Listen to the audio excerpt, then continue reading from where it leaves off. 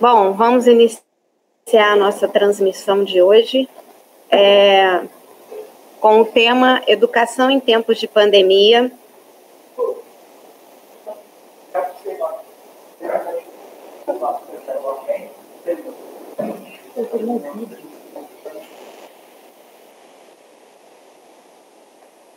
Apresentando agora os nossos palestrantes dessa manhã, professor Marcelo Delatura Barbosa, licenciatura plena em Educação Física,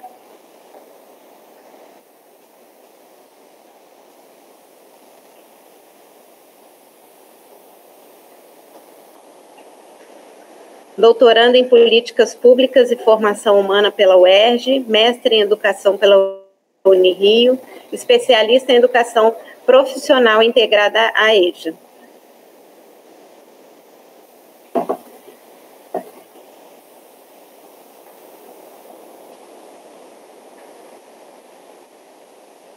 E temos também hoje, na nossa manhã, professor Felipe Nóbrega,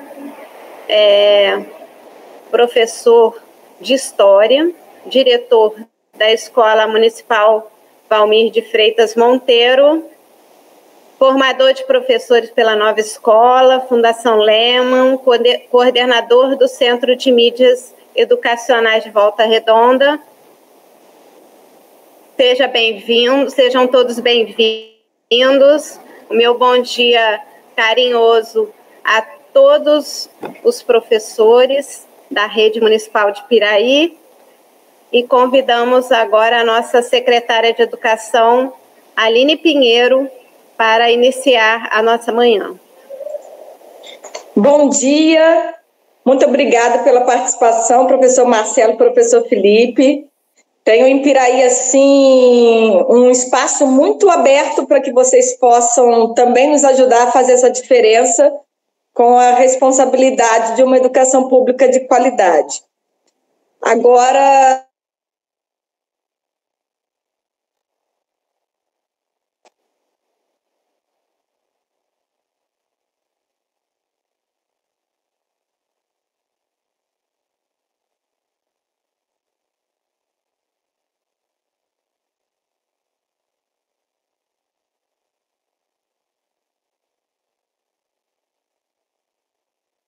esperança que somos luzes na vida dos nossos alunos, com a esperança de tempos melhores. Gostaria de falar com vocês, particularmente para cada professor, que acreditem, todos nós precisamos desse acolhimento. Principalmente, precisamos nos sentir acolhidos para que tenhamos capacidade de acolher esse alunado tão distante da educação. Nós sabemos da luta desse setor público, né? Dessa escola pública. Nós sabemos o quanto lutamos para que esses alunos fiquem com bons conhecimentos dentro das nossas unidades e agora retornando timidamente, porque precisamos ainda cuidar um dos outros, cuidar dessa pandemia. O mundo não para esse vírus passar. Todos os problemas, eles podem ficar maximizados, mas precisamos ter o contraponto desse problema. Precisamos ser ponte, precisamos ser abraços, até mesmo de longe. Precisamos nos fazer presente, mesmo que virtualmente. Então, eu desejo a cada profissional que esse retorno seja um retorno de paz, seja um retorno de comprometimento, de muita maturidade profissional que nós vamos precisar para que a gente possa dar as mãos uns aos outros para fazer essa grande diferença. Nós estamos fazendo história, nós estamos escrevendo uma outra página educacional nunca antes vivida. Não temos nenhuma referência literária para nos pautar. Temos só a força de vontade, o profissionalismo brilhante de vocês, porque quando a gente pega um artigo, uma reportagem de uma atuação educacional que ganhou um concurso, que está numa revista especializada, nós verificamos que os nossos profissionais da educação de Piraí são tão competentes como os que são premiados, os que vão para a revista. Então, essa capacidade de fazer a diferença, de botar o coração à frente, pois o nosso objeto de trabalho é o ser humano, faz com que a gente se mova de forma proativa, de forma responsável, com essa maturidade profissional que a gente tanto busca. Nós vamos ter também momentos muito emocionantes de ver os nossos alunos retornando para as nossas escolas. Então, que fique aqui essa fala motivacional mesmo, que todos tenham entusiasmo para que a gente possa vencer tanto o vírus, quanto o medo, quanto a incerteza, e que juntos somos mais fortes. Nós precisamos acreditar que ninguém faz nada sozinho. A Secretaria de Educação está toda organizada para receber todos vocês, para poder investir na conversa, no diálogo. As portas estão sempre abertas para todos os profissionais. Eu estou louca para estar com vocês pessoalmente, na presença de tanto que nossa cultura nos ensinou, né? Então, esse afago, esse olho no olho, que tanto nos faz falta, nós começamos esse semestre a caminhar para que a gente possa voltar a se encontrar mais à frente. Então, que vocês tenham no Marcelo e no Felipe uma boa manhã de conhecimentos, e eu espero que todos estejam muito bem. Beijo para vocês, fiquem com Deus e que participem bastante de tudo que está proposto essa manhã. Obrigada, secretária Aline. Nós vamos passar a palavra agora para o professor Felipe Nóbrega e estaremos no chat fazendo a mediação das dúvidas ou perguntas que possam surgir. Uma boa manhã a todos, seja bem-vindo, Felipe, fique à vontade. Bom dia, Aline, bom dia, Paula, Marcelo e todos e todas que estão conosco nessa manhã. É um prazer enorme estar conversando com uma rede que é tão referência no nosso país, que já fez um trabalho de tanta qualidade ao longo do tempo, pensando sempre, colocando sempre o aluno à frente de tudo, né? Então, é um prazer muito grande hoje estar aqui batendo um papo com vocês. Já peço de antemão desculpem por causa de barulho, qualquer coisa do tipo, porque ainda estamos em casa, ainda estamos dentro desse processo de pandemia, e a pandemia não acabou, ao contrário do que muitas pessoas aí, mundo afora, estão a pensar, né? E eu vou começar batendo um papo com vocês, porque muita confusão existe quando a gente fala, né, sobre educação, e eu acho que é muito importante a gente falar quem a gente é a partir da nossa realidade, a partir da nossa vivência, essa questão de quem sabe sala de aula é professor, né, gente? Aqui eu sou mais um par ao lado de vocês, não tem nada de diferente, nada de melhor ou de pior do que qualquer um de vocês que estão conosco nessa manhã. Bom, meu nome é Felipe, eu sou diretor da Escola Municipal Valmir de Freitas, sou formador de professores pela Nova Escola, antiga revista Nova Escola, né, hoje um portal de conteúdo, e fui coordenador de um projeto muito bacana chamado Aprendizap, que se você ainda não conhece, já é a primeira dica que eu deixo para todos vocês nessa manhã, porque é uma ferramenta muito bacana de fornecimento de conteúdos para sexto ou nono ano e ensino médio, e que pode ser um dos caminhos para esse trabalho aí com o ensino híbrido que vem aí para romper os paradigmas, né, do mundo. E o Valmir de Freitas, que é representado por essa imagem aí, que é onde que fica ventando aí nas nossas redes sociais e tudo mais, ele é o grande motor de todo o meu conhecimento e de tudo aquilo que eu acredito, que eu penso como educação. antes de qualquer título, antes de qualquer função profissional. Hoje eu atuo também na Secretaria Municipal de Educação daqui de Volta Redonda, junto com o Centro de Mídia e uma equipe de professores fantástica e sensacional. Já deixo aqui uma mensagem, um grande abraço para o professor Anderson, que é professor da rede de Piraí, também está conosco nessa manhã e trabalha junto comigo aqui nessa grande empreitada do ensino remoto em Volta Redonda e comigo junto no Valmir de Freitas. Só que quem eu sou, gente, é muito mais do que qualquer coisa do tipo. O que me faz, o que me coloca como profissional e como pessoa também, é essa trinca de imagens que vocês estão vendo na tela. Esse prédio, que eu sou diretor de um CIEP, localizado aqui em Santa Rita do Zaru, Santa Cruz, aqui em Volta Redonda, que tem uma caminhada como toda escola pública de muita luta, de muita dificuldade, com as suas particularidades. Ele, durante esse último tempo, ele está vazio desse ser humaninho que está aí do lado, que hoje já está no 9º ano, que chegou comigo, eu sou diretor dessa escola desde 2015, e ela ali já estava com o telefone, fazendo uma atividade de história, dando um caminho lá em 2015 daquilo que nós seríamos. Porém, essa imagem de baixo é o que me completa junto desse prédio. Sem esse time que está embaixo, essa fotografia do último dia 14 de julho, onde nós tivemos o nosso primeiro encontro depois de 1 ano e 5 meses, né, praticamente. Essa trinca de pessoas é o que me faz ser profissional, é o que me move como pessoa, porque ali está a grande parte da minha vida. E não exagero em dizer que essas pessoas, esse time de professores e de profissionais que trabalham comigo lá no Valmir, eles fazem parte da minha vida em todos os sentidos e aspectos. Foi um dia de muita emoção, porque foi a primeira vez dentro dessa pandemia onde que nós estivemos juntos novamente.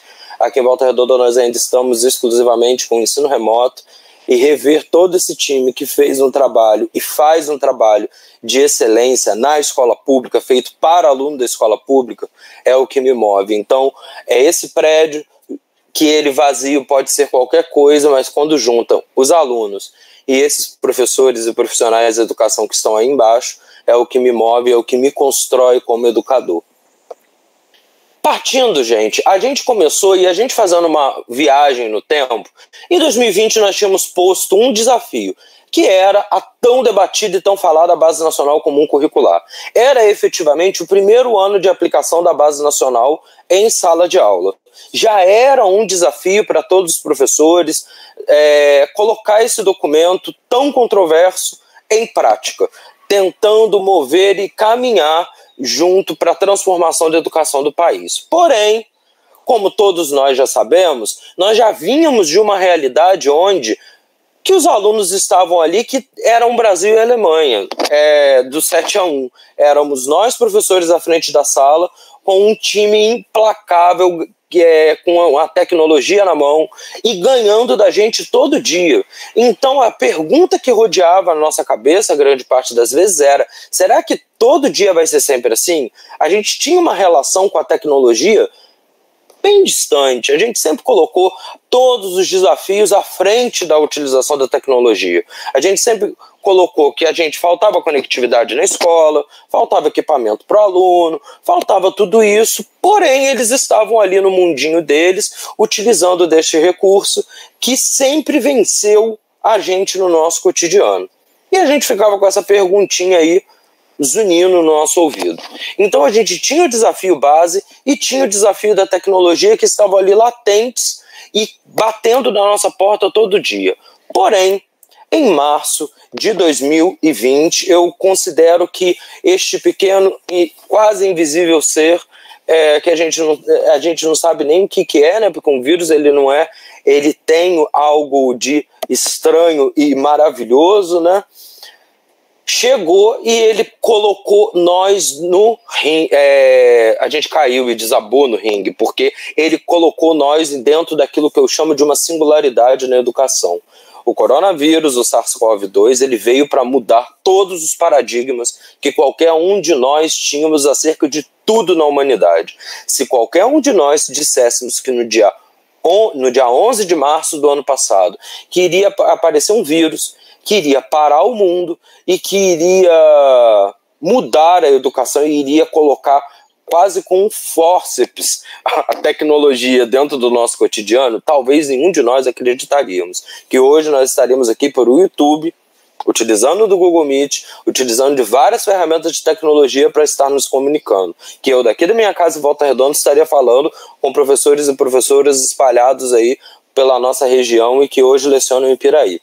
E o coronavírus, ele colocou a gente lá e por muito a gente ficou achando assim, vai demorar um pouquinho, vai demorar um mês, vai demorar 2 meses. Olha o tempo que já faz e que nós estamos totalmente apartados da nossa prática que existia, que era a sala de aula, era a utilização do quadro, a utilização dos recursos de tecnologia esporadicamente, quando a gente precisava de usar um data show, quando a gente precisava de usar talvez algum recurso de informática. E ele nos colocou, e nós, professores e professoras de todos os lugares deste país e do mundo, mostramos, como nas palavras do Novo, que não foi Secretaria de Educação, não foi o governo federal, não foi qualquer um dos grandes órgãos que regem a educação que seguraram a educação. Fomos nós, professores e professoras, conseguimos tirar de dentro da cabeça aquilo que não existia no bolso e no menor prazo de tempo mudamos e trouxemos e não encerramos a nossa prática profissional. O grande erro que nós insistentemente, a gente não pode falar que nós estamos voltando às aulas, porque as aulas nunca pararam, a nossa prática profissional nunca parou. A gente sempre continuou trabalhando e ainda estamos trabalhando e trabalhamos muito mais do que muitas outras profissões e a sociedade em geral consegue imaginar. Nós nos reinventamos e essa singularidade nos colocou à prova e nós estamos conseguindo, com todas as limitações, superar todos os desafios que nós temos. Porém, a gente pensava muito que 2020 ia passar, o corona ia passar rápido, ia aparecer uma coisa, ia aparecer uma vacina e rapidamente a gente ia voltar. Chegamos em 2021 e nós, por muito tempo, ouvimos falar que teríamos um novo normal.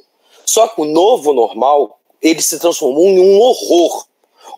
Nós vivemos no segundo país do mundo, onde mais pessoas morreram com a Covid-19, nós vivemos um negacionismo absurdo em cima de coisas muito simples, como nós estamos tendo que viver com platitudes como lutar para as pessoas tomarem vacina.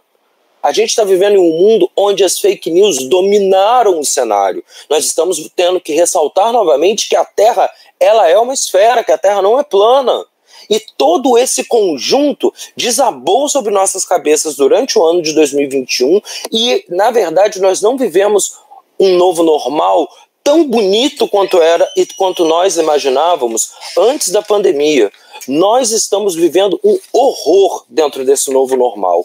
E nós, professores, servidores públicos, estamos nos construindo e nos reinventando dentro desse novo cenário. E esse novo cenário, a gente precisa de lembrar que em hipótese alguma será tão perfeito e tão maravilhoso. E nós, professores e professoras, mais uma vez dentro desse ano de 2021, nesse retorno que vem por aí, nós temos um gigantesco desafio, que é vencer e transformar esse novo normal com todas as suas particularidades, com tudo aquilo que a gente tem por aí pela frente, para levar e para garantir que nenhum estudante e nenhuma estudante fique para trás e principalmente garantir que as nossas vidas e a vida de nossos alunos no momento do retorno presencial estejam com segurança, com cuidado à saúde e principalmente louvando a vida. Eu acho que a grande e a principal mensagem nesse início é 2021 ele tem que ser um ano nesse momento de retorno às escolas do louvor à vida. Tá certo? E aí, gente, nós, servidores públicos da educação, a gente para pensar o que é esse novo normal que está sendo posto por aí. Depois de 1 ano e 5 meses dentro da educação, depois de 1 ano e 5 meses onde muitos governos, principalmente o governo central, se abdicou do cenário educacional, a gente está tendo uma grande transformação dentro das nossas salas de aula naqueles municípios e naqueles estados que já voltaram presencial. Aquele contato tão fraterno que nós tínhamos dentro da sala de aula, ele agora é tomado por um cenário de pavor, porque o corona chegou e ele não vai embora nunca mais. Nós temos agora um cenário de distanciamento, de protocolos de saúde, de alunos que passaram por horrores dentro de casa e professores que também passaram por horrores. Ninguém voltará para a escola do mesmo jeito que saiu lá em março de 2020. A escola nunca mais será a mesma. E aquele rapazinho que era um monstro no nosso cotidiano, a tecnologia e tudo mais, ele agora está presente em definitivo dentro da nossa prática cotidiana. Porque o tal do ensino híbrido, ele veio e um caminho, e eu não gosto de assustar professores e professoras nessa fala, mas ele veio para ficar. Ele não vai embora nunca mais. A tecnologia, ela entrou de assalto dentro das nossas salas de aula e os nossos estudantes, eles ficaram e conseguiram a grande parte da companhia deles com a tecnologia. Então, meus amores, nunca mais nós voltaremos àquilo que nós éramos antes. A educação nunca mais vai voltar. E aí, gente, nós precisamos de, mais do que nunca, compreender o contexto que nós estamos vivendo. Segundo esses dados coletados todos pela educação, no final do ano passado, com 7 meses sem aulas presenciais, 30% dos professores disseram que o ensino remoto era péssimo, 33% razoável e 44% deles diziam que poucos alunos estavam acompanhando as atividades à distância. Dentro do cenário dos estudantes, 75% dos nossos estudantes se diziam tristes, ansiosos ou irritados, ou havendo registro de um aumento exponencial da violência doméstica e do feminicídio nesse país. E o dado mais alarmante, que nós estamos matando o futuro desse país em virtude do negacionismo. Quase 30% dos estudantes, há um ano atrás praticamente, pensavam em não voltar para as escolas no momento que elas reabrissem. Este é o desafio posto que nós temos como educadores. E quando a gente para pensar que muito vai ser feito, eu vou deixar um desafio para vocês irem colocando aí no chat, que essas imagens, elas têm algo em comum, muito em comum, e que é uma palavrinha que veio e assolou e assombra grande parte dos docentes no nosso cotidiano. Essa Mona Lisa, esse jegue zebra, esses carros e esse gato com os olhos laranjas, eles têm algo em comum. Todos eles são híbridos. Como o signo de Sagitário, todos eles são uma mistura, eles são aquilo que tem algo diferente em sua composição e é contrário às leis da natureza.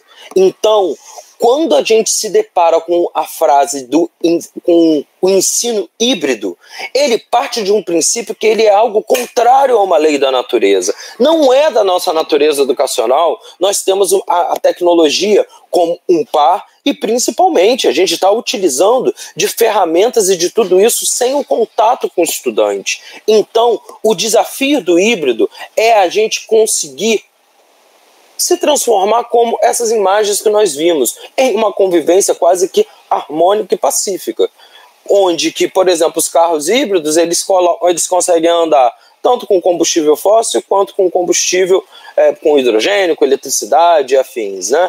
Então, o desafio do ensino híbrido é esse, é nós conseguirmos trazer para a nossa prática cotidiana, com muita luta, esta nova realidade educacional. E na manhã de hoje, eu vou apresentar para vocês quais são os modelos que, com certeza, vocês já cansaram de ouvir no dia a dia de vocês sobre os modelos de ensino híbrido. O ensino híbrido é um conceito que ele não é novo, ele é um conceito bem antigo, e se a gente for voltando na linha do tempo dos pensadores da educação, ele é mais antigo ainda. Ele é pautado, porém com um pequeno detalhe de diferença. O ensino híbrido, ele traz a tecnologia junto com esses modelos que são a rotação por estações, a sala de aula invertida, a rotação individual e o laboratório rotacional. E eu vou trazer para vocês aqui a concepção teórica muito resumida, porque é um início de manhã, um início de semestre, e vocês já estão possivelmente fartos ou satisfeitos de bastante coisa que vocês já leram por aí na internet, e eu vou trazer algumas dicas que dão uns caminhos para a gente poder realizar o trabalho com essas modalidades. A primeira delas, a rotação por estações, o que ela é? Os estudantes eles são organizados em diferentes grupos, cada um com uma tarefa diferente de acordo com os objetivos do professor. A ideia é de que cada grupo rotacione por entre as atividades para que experimentem diferentes formas de aprender. Os professores de anos finais do ensino fundamental, eles talvez não conheçam muito, porém os professores de anos iniciais e os professores de educação infantil conhecem a rotação por estações por um outro nome, que são as atividades diversificadas, o trabalho diversificado, quando a gente divide a nossa turma em grupos de acordo com as áreas do conhecimento para atingirem alunos de acordo com o nível que eles estão ali dentro dos objetivos de aprendizagem, para eles rotacionarem e poderem aprender e passarem por todas aquelas atividades que nós planejamos. Porém, a tecnologia ela entra junto com a rotação por estações e por isso que ganha uma nova abordagem dentro disso que é chamado de ensino híbrido. E eu vou trazer agora para vocês uma dica de como trabalhar a rotação por estações, que é essencial. A primeira coisa, você precisa de planejar as atividades que serão dadas. Vocês precisam de separar os estudantes por nível de aprendizagem nas estações e não é só deixar eles ficarem rodando pelo espaço.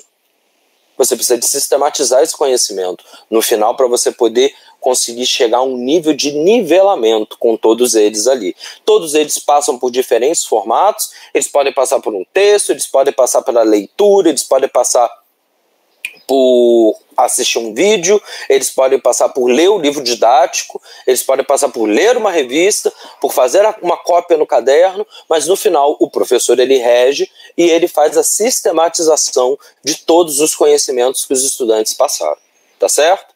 Então, para a gente conseguir colocar algo em prática como uma rotação, precisa de ter planejamento, você precisa de ter um diagnóstico de qual é o nível que esses estudantes estão e uma boa sistematização ao final.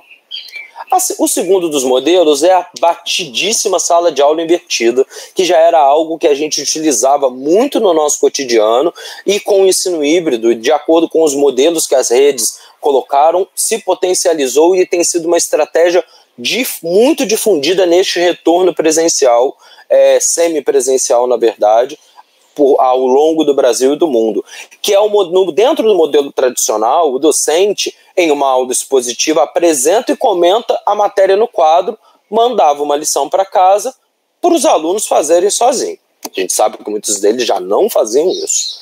Dentro do modelo de sala de aula invertida, você inverte a lógica, você manda o conteúdo para o estudante em casa e no pequeno prazo que você tem ali junto com ele, dentro de sala de aula, você vai pegar e fazer momentos de discussão, de reflexão, de debate, de atividades mão na massa, ou seja, de atividades que os estudantes possam realizar ali com autonomia e demonstrem, evidenciem para você que ele pegou e realizou aquela dinâmica que você tinha proposto. Esse é um modelo que ele muito consegue se aproximar daquilo que está sendo feito por muitas redes de ensino. O aluno continua estudando em casa, porque a gente tem um espaço de tempo muito reduzido presencialmente, e quando ele vem para a sala de aula com o professor, vem mesmo para tirar dúvida, para ele fazer algum tipo de interferência, para o professor poder subir ou reduzir ou esclarecer algum tipo de dificuldade de aprendizagem que esse menino e essa menina estão. E uma das dicas para a sala de aula invertida: planeje as atividades que serão dadas para o momento remoto, para o momento presencial. É muito importante você separar os estudantes por nível de aprendizagem. Um bom diagnóstico para você poder utilizar essa metodologia é fundamental. É muito importante que sejam produzidas atividades que o estudante consiga realizar com autonomia. Não adianta eu querer mandar uma equação do segundo grau para esse menino fazer em casa se ele ainda não conseguiu nem entender o que é equação. A gente precisa de saber o nível de aprendizado e ir caminhando passo a passo para conseguir atingir o conhecimento e principalmente tornar efetivo esse momento que ele está estudando sozinho.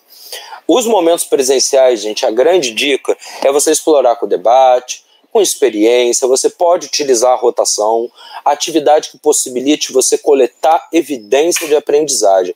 Essa palavrinha, ela está na moda e ela é uma palavra que já é há muito tempo dita na educação, e com a vinda da Base Nacional do Ensino Fundamental e agora tão discutida a base do médio, as evidências de aprendizagem elas vão estar cada vez mais sendo ditas. Não adianta a gente querer coletar no momento híbrido, somente por prova, uma vez por bimestre, aquilo que o estudante está sabendo.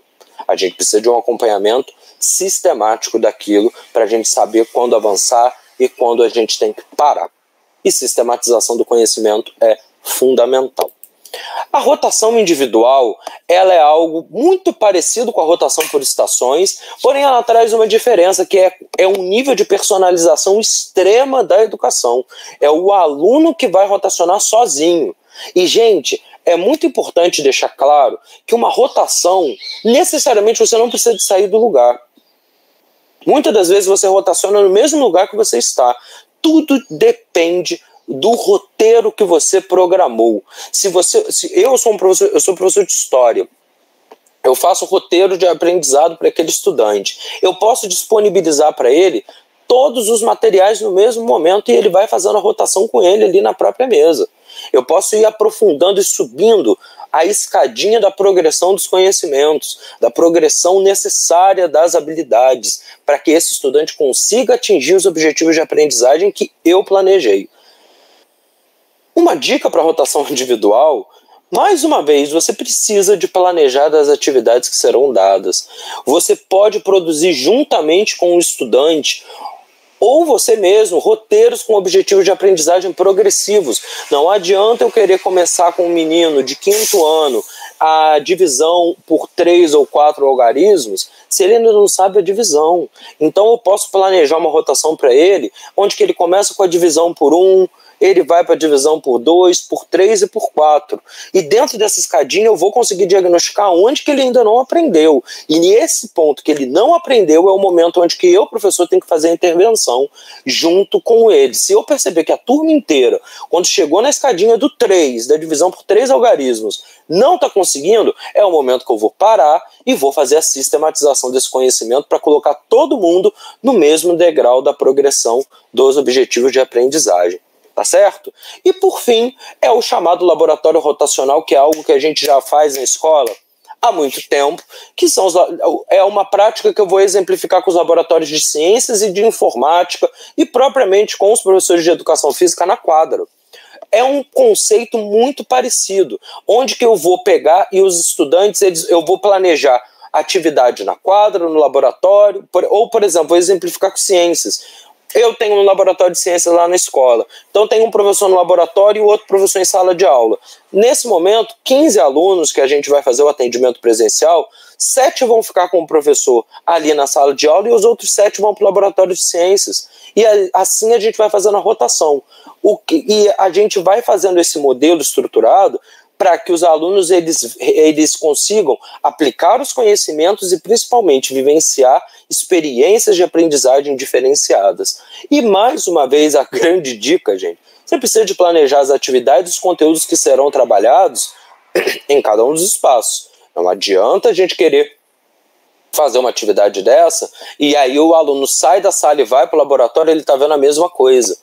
O diálogo precisa de existir para que esse planejamento consiga ser construído de forma efetiva, tá certo? A estruturação dos conteúdos do trabalho é muitíssimo importante para que essa sistematização do conhecimento aconteça da forma adequada, tá certo? Mas é muito fácil falar, né, gente? Muito fácil estar aqui falando por 15 minutos sobre os modelos. Todos esses modelos, gente, eles necessitam de uma mudança de postura dos alunos, uma mudança de postura do professor e da própria escola assim, por si só. Não adianta o professor estar super estimulado, super engajado por fazer um modelo de ensino diferente, quando o pai e a mãe batem na porta da direção reclamando que o filho não teve conteúdo, que o caderno está em branco e a direção vai em cima do professor.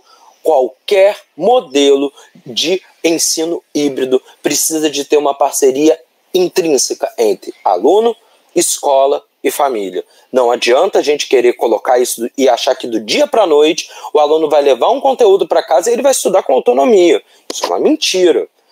Existe uma caminhada. Nós tivemos uma caminhada dentro desse ensino remoto.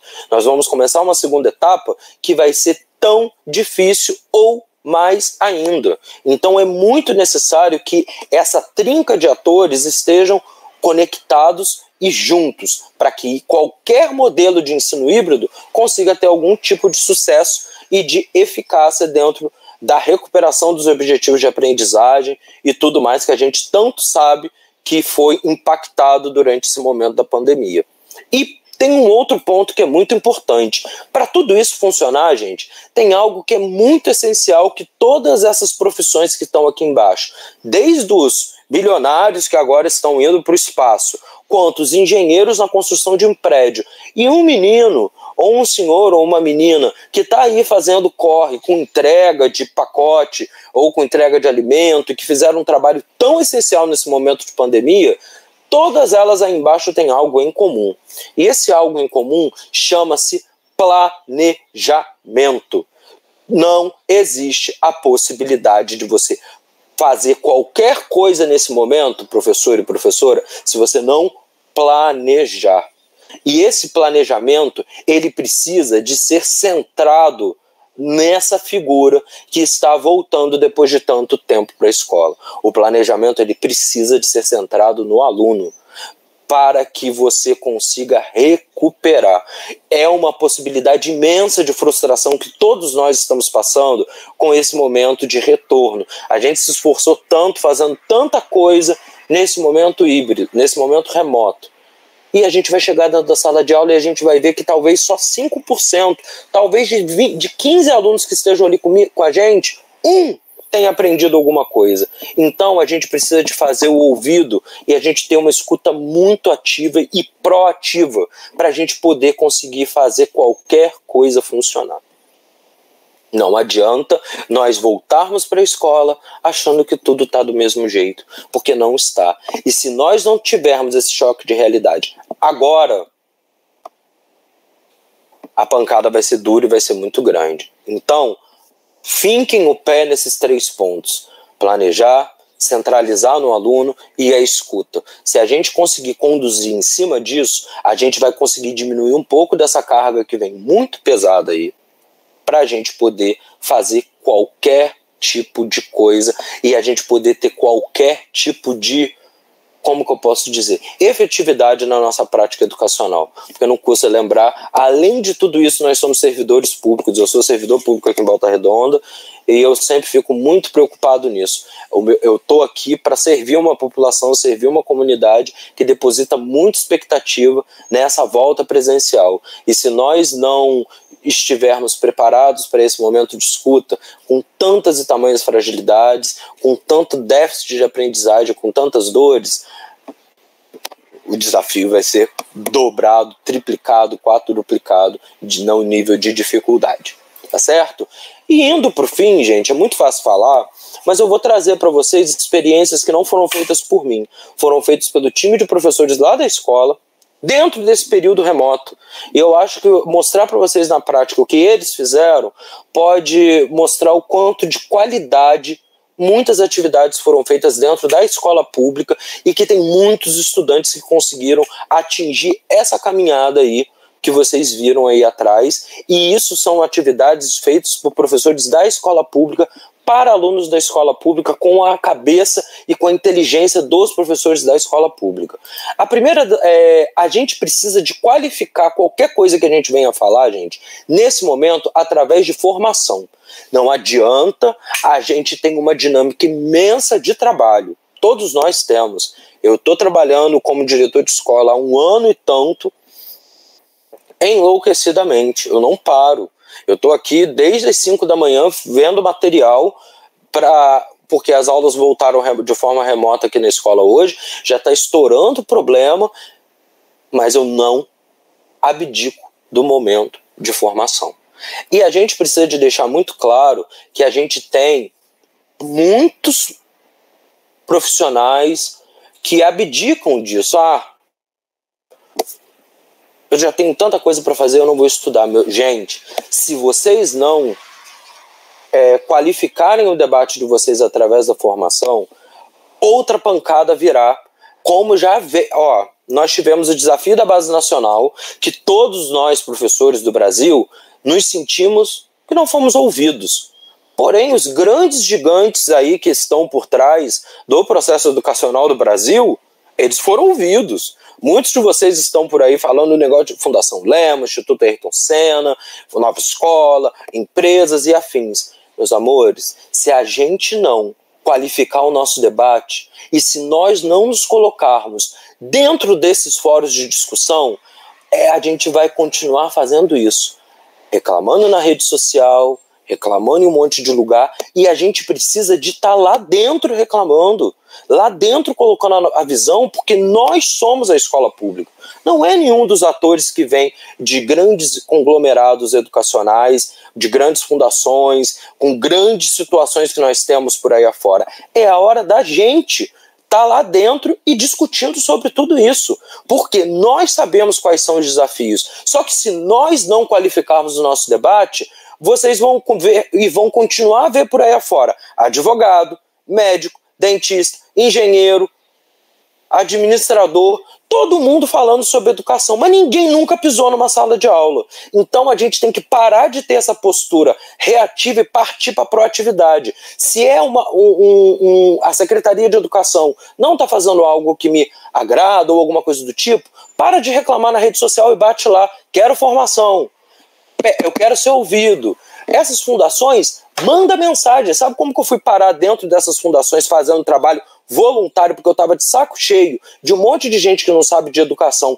tá falando? Eu continuo, não ganho nada de nenhuma dessas instituições quais eu estou participando de fóruns de debate de professores, mandando e-mail, questionando, querendo saber por quê. Quem está por trás dessas reformas educacionais são eles. E se nós não estivermos pelo menos tentando debater e qualificar alguma coisa, meus amores, vai ser Brasil e Alemanha. A gente está tendo isso com o aluno e vai continuar tendo por parte dessas formações. Então está na hora de nós, servidores públicos, pararmos de ficar em rede social reclamando.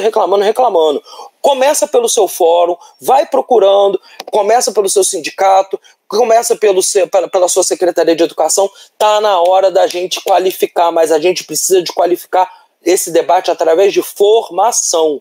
Tem muito professor que fica falando batatada em rede social, tem muito professor falando bobagens e não tem nada de formação. Então, vamos estudar juntos e construir juntos a educação que a gente quer, para a gente poder, dentro da nossa escola, amplificar e levar a educação de qualidade e mostrar que na escola pública tem muita coisa, sim, sendo feita bacana. Por exemplo, esse é um componente de ciências da Base Nacional que está falando sobre explicar a organização básica das células e seu papel como unidade estrutural e funcional dos seres humanos, e concluir com base na análise de ilustrações ou modelos físicos ou digitais que os organismos são um complexo arranjo de sistemas em diferentes níveis de organização. Naturalmente, um professor pegaria um documento, uma questão de múltipla escolha e mandaria para o estudante. Porém, o grande desafio posto por todos nós dentro dos nossos fóruns de discussão da nossa escola é o que essa habilidade está pedindo para o aluno explicar e para ele concluir com base em ilustrações e modelos. Então, como que eu coloco o aluno no centro desse processo? Tá aí, farinha, água, misturinha básica lá da educação infantil, que a gente muitas das vezes despreza o trabalho excepcional que a educação infantil faz. Está aí um exemplo de uma atividade de 6º ano que os alunos fizeram na casa deles, a professora passou a receita da massinha, os alunos pegaram e montaram uma célula. Nossa, mas isso é tão bobo, meus amores. A gente está falando de 6º ano de escolaridade, de uma atividade que tem que ser moldada para o público com o qual nós estamos conversando. Então, tá aí um exemplo de uma atividade que o aluno fez com autonomia em casa e eles arrepiaram e acharam barato. Mexer com massinha e montar uma célula. Nada além disso. Esse é um caminho que existe de um exemplo de atividade. A gente precisa de colocar eles para fazer algo, para a gente tirar e vencer a tela do telefone, que vai estar hiperpotencializada nesse momento de volta à escola e colocar eles com a mão na massa para fazer alguma atividade. Em arte, gente, que é um componente que é super desprezado em todos os lugares, mas quem dera desse país que colocasse a arte para ser o fio condutor de todas as disciplinas que nós temos no nosso currículo escolar. Por quê? Pensa no nível de dificuldade que nós temos nesse país para falar sobre manifestações artísticas hoje. A gente está tendo uma guerra cultural no Brasil, infelizmente, onde que a gente está esquecendo do que nos faz como nação, que é toda a fruição dentro das artes, de tanta cultura que esse país bomba. Então, no 8º ano de escolaridade, tem uma dessas habilidades, que na verdade é uma habilidade de 6º ao 9º, né, que é pesquisar, apreciar e analisar formas distintas das artes visuais tradicionais e contemporâneas em obras de artistas brasileiros e estrangeiros de diferentes épocas, em diferentes matrizes estéticas e culturais, de modo a ampliar a experiência com diferentes contextos e práticas artísticos visuais e cultivar a percepção, o imaginário e a capacidade de simbolizar o repertório imagético. Como que um professor transforma isso? Através de uma releitura e colocando esses alunos para fazer aquilo que eles amam tirar foto.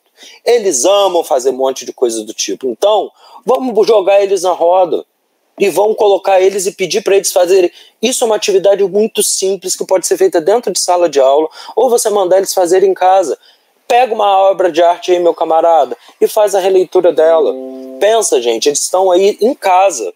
E a professora Circe e a professora Juliana fizeram uma atividade do tipo que pra gente parece que é algo simplérrimo, mas a quantidade de recursos que esses estudantes precisaram de empregar para eles conseguirem fazer uma releitura de uma obra dessas, essa aqui embaixo da Menina com Brinco de Pérola, que é uma grande obra, nós temos 3 exemplos. Teve a aluna que fez utilizando de uma Barbie, a aluna que se caracterizou e a outra que fez com roupa.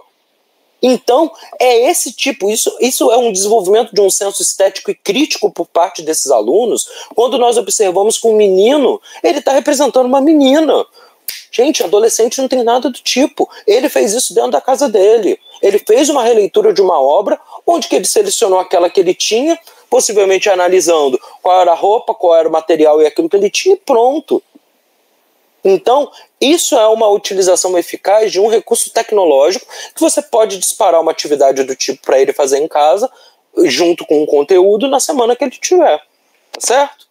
E encaminhando para o fim, esse componente imenso de língua portuguesa, que fala sobre relacionar textos e documentos legais de importância universal. Eu vou tentar fazer a transmissão do áudio só para vocês verificarem um exemplo de atividade que foi produzida, no caso, pela professora Fabiana e a professora Alessandra, do 9º ano de escolaridade aqui da escola, que mandaram o estudante fazer uma leitura crítica sobre a Lei Maria da Penha e o que elas tinham que representar isso visualmente e dizer o que elas acham que poderia ser aperfeiçoado dentro dessa lei. Tomara que o áudio passe. Se o áudio não passar, essa apresentação vai estar disponível para aqueles que desejarem assistir o que a Agatha falou aí. Vamos ver. Lei Maria da Penha. Lei número 11.340, de 7 de agosto de 2006. Toda mulher, independentemente de classe, raça, etnia, orientação sexual, renda, cultura, nível educacional, idade e religião, goza dos direitos fundamentais inerentes à pessoa humana, sendo-lhe asseguradas as oportunidades e facilidades para viver sem violência, preservar sua saúde física e mental, e seu aperfeiçoamento moral, intelectual e social. Mas, infelizmente, essa lei muitas vezes não se cumpre. Os agressores pagam a fiança e saem livres, e logo voltam a agredir as mulheres. Minha solução para este problema é retirar a fiança para esse tipo de crime.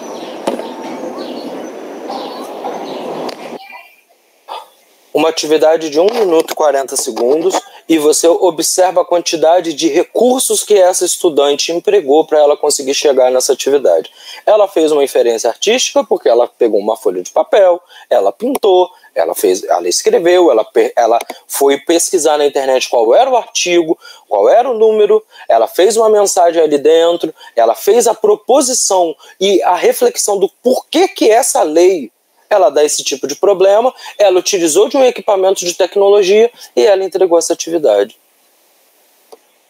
Muito simples, muito, mas é isso. Um estudante nosso do 9º ano de escolaridade, eles não têm pensamento crítico. É por isso que a nossa sociedade está do jeito que está. E nós precisamos de estimular os debates sobre todos os temas. A escola é a promotora do desenvolvimento dessa nação. Então, nós temos um conjunto de leis que não são respeitadas. Nós temos a lei sobre o debate sobre questões de raça, sobre questões de etnia, sobre as questões indígenas. Nós temos um conjunto de leis e um conjunto de habilidades na base que proporcionam debates acalorados dentro da escola.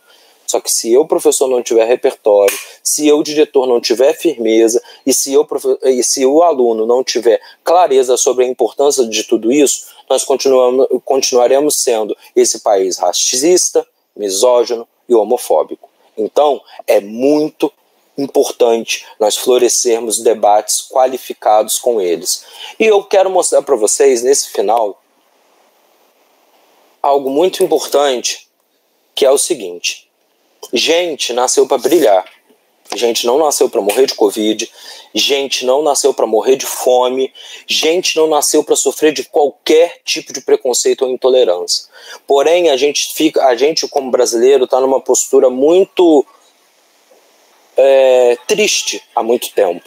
A gente não consegue ver esperança no futuro desse país. Porém, perpassa sim pela escola, que hoje toda a sociedade está vendo a importância desse lugar e desse espaço dentro dessa estrutura. Mas se nós, professores, não nos preservarmos, se nós não planejarmos, se nós não nos qualificarmos para a gente poder avançar e ser a ferramenta de transformação desse país, a gente vai continuar sendo e vivenciando esse sofrimento que a gente vive no Brasil atual. Então, gente, sejamos um ambiente plural dentro de todo esse debate. E nesse momento de volta para a escola, tenhamos ouvidos bons, porque nós estamos fragilizados e os nossos alunos também, tá certo? Nós somos o país que menor valoriza os professores mediante muitos estudos. Então, a gente precisa de lutar e combater essa falta de valorização, que não é somente salarial, é uma falta de valorização social também. Muita gente despreza a nossa função. Paremos com esse discurso que coitadismo ser professor. Nada bacana, é muito orgulho ser professor. Se hoje esse país ainda tem alguma coisa por causa da gente, que está dentro da escola e dentro de sala de aula. Então, paremos também com essa imagem de coitadismo. A gente precisa de levantar nossa cabeça e lutar para a gente conseguir uma valorização perante a sociedade. Muito importante que a gente não perca nesse pós-pandemia, quando essa pandemia passar e a gente poder estar na rua, a qualificação desse debate. Ser professor não tem nada de mais importante dentro desse país. E se o Brasil quiser ser qualquer coisa, passa pela gente, né? E toda essa apresentação, gente, ela foi feita estruturada em cima da aprendizagem baseada por problema.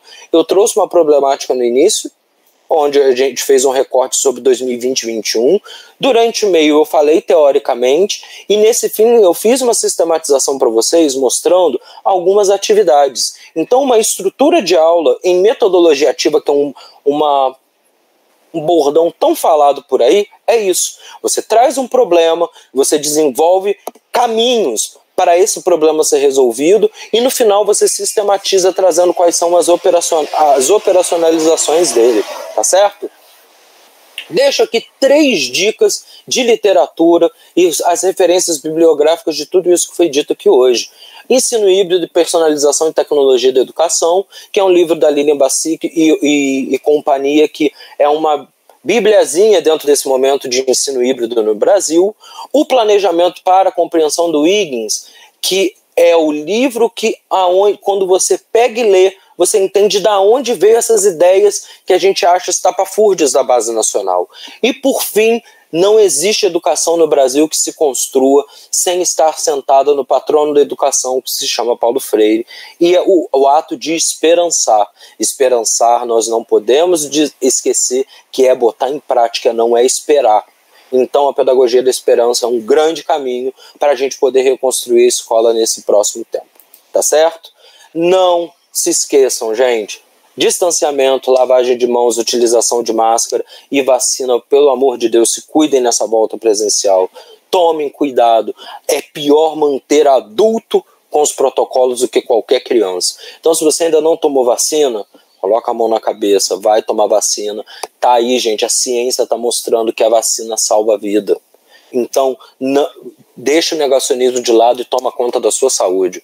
A sua saúde é mais importante do que qualquer coisa. Então se vacine, usem máscaras de boa qualidade, nada de máscara de rendinha, de paninho, é PFF2 nesse retorno, máscara boa que vede e te proteja, tá certo? E gente, antes de falar ouça, antes de agir pense e antes de criticar, conheça. Antes de desistir, tente. A gente precisa de acreditar na comunidade e acreditar na escola pública. Esse é o Valmir de Freitas, depois de anos e anos. Esse é um laboratório de ciências que foi construído com essas pessoas aí embaixo. Não foi algo que a escola nunca teve dinheiro e as pessoas construíram a escola pública. Quando a gente está junto com as famílias e os alunos, a gente consegue mudar a realidade. Tá certo? Eu deixo aqui um convite para vocês seguirem as nossas redes sociais, para que a gente siga e esteja junto na luta pela educação pública. Então tá aí o Facebook do Valmir, tá aí o nosso site, tá aí o meu e-mail, faltou o .br ali no final, e o nosso canal no YouTube. Eu quero agradecer muito a paciência de vocês, eu acho que eu falei pra caramba, e o convite da Prefeitura de Piraí. Eu fico muito feliz de estar aqui junto com vocês hoje, e eu tenho certeza que vocês vão, todos vocês, professores, arrebentar nesse retorno. Paula, um grande abraço. Felipe, um grande abraço. Obrigada pela sua participação, pela sua contribuição, né, nessa manhã. Eu te passei já uma questão no seu pessoal, porque você não estava como apresentando, não tinha como acompanhar o chat, mas depois você responde lá que eu coloco aqui a resposta no chat, tá bom? Obrigada, uma excelente manhã. Convido agora o professor Marcelo Delatora Barbosa para continuar nos brindando nessa manhã de hoje. Bom dia, colegas, professores e professoras, demais trabalhadores da educação. Bom dia aí a secretária de Educação, Paula. Saudar a todos e todas aí com um excelente dia. Pedir ao colega aí que já me dê um feedback aí, que se já esteja projetando aí a minha lâmina. E quero aqui parabenizar o colega Felipe aí pela atividade aí, pela apresentação bem lúcida, e tenho certeza que ele traz aí importantes categorias ao nosso trabalho, a partir da perspectiva histórica, deontológica, teleológica. Foi muito bom ouvi-lo, Felipe. Só estou aguardando agora só a minha apresentação, que ainda não aparece aqui para mim.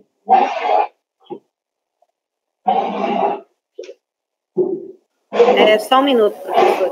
Tá bom, obrigado. Tércio, aí o nosso colega Tércio aí vai ficar no diálogo comigo. Se puder tirar o ocultar aí, obrigado, Tércio. Pedir a todos aí muita paciência aí, que eu vou tentar ser bem pontual com o tempo que foi disponibilizado para mim.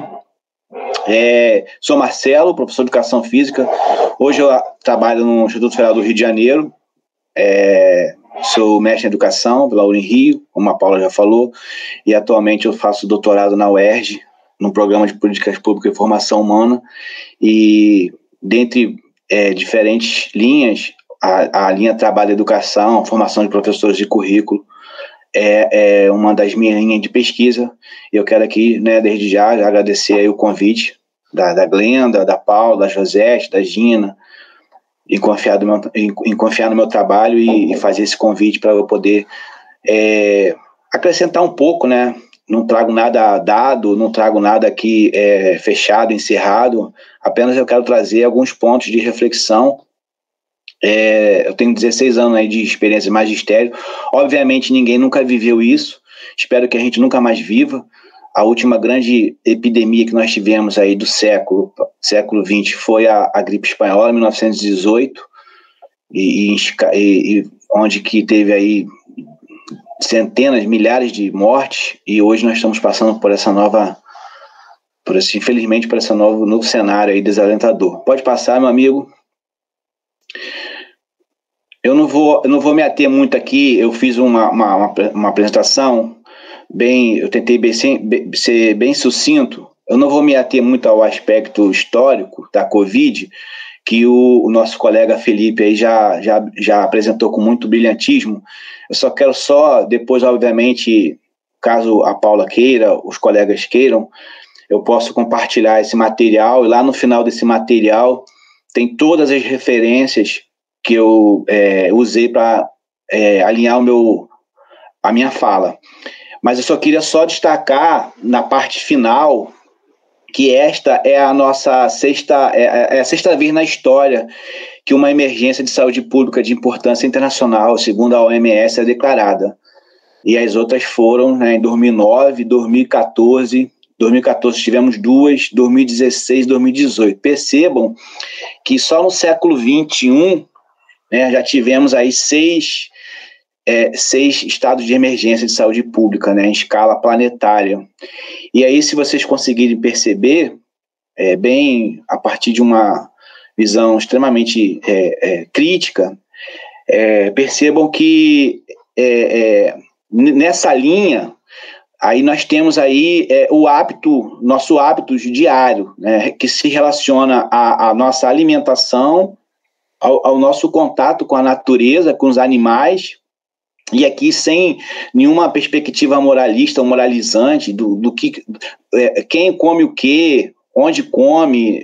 Eu estou aqui usando a minha fala a partir da ciência, de dados científicos.